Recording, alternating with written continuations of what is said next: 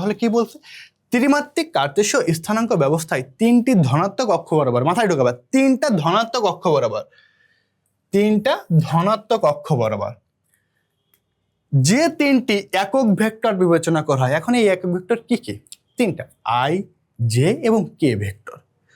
দেখো, প্রকাশ করা হয় তাদেরকে বলা হয় আয়ত ভেক্টর, বা কি বলা হয়, আয়ত একক ভেক্টর অথবা আয়ত ভেক্টর। ঠিক আছে, দেখো তাহলে জিনিসটা কি। আচ্ছা, তাহলে আমরা একটু দেখি। তিনটা অক্ষ, আমরা জানি সর্বোচ্চ কয়টা অক্ষ পাওয়া যায়? তিনটা পাওয়া যায়।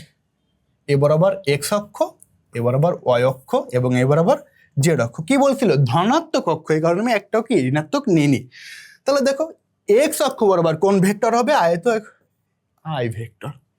ওয়াই অক্ষ বরাবর কি হবে? J vector. এবং জেড অক্ষ বরাবর কি? কে ভেক্টর। তাহলে এগুলোকে কি বলা হয়? আয়ত একক ভেক্টর অথবা আয়ত ভেক্টর। বুঝা গেল?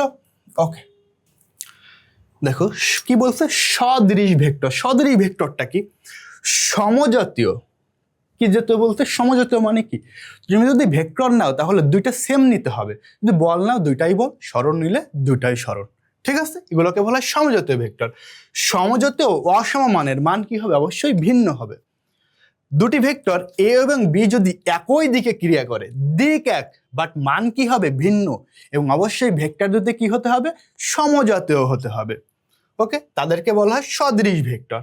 বুঝা গেল? এখন আসো বিপ্রতীপ ভেক্টর। কি ভেক্টর? বিপ্রতীপ ভেক্টর। আসলে ভেক্টরটা কেমন? দেখো,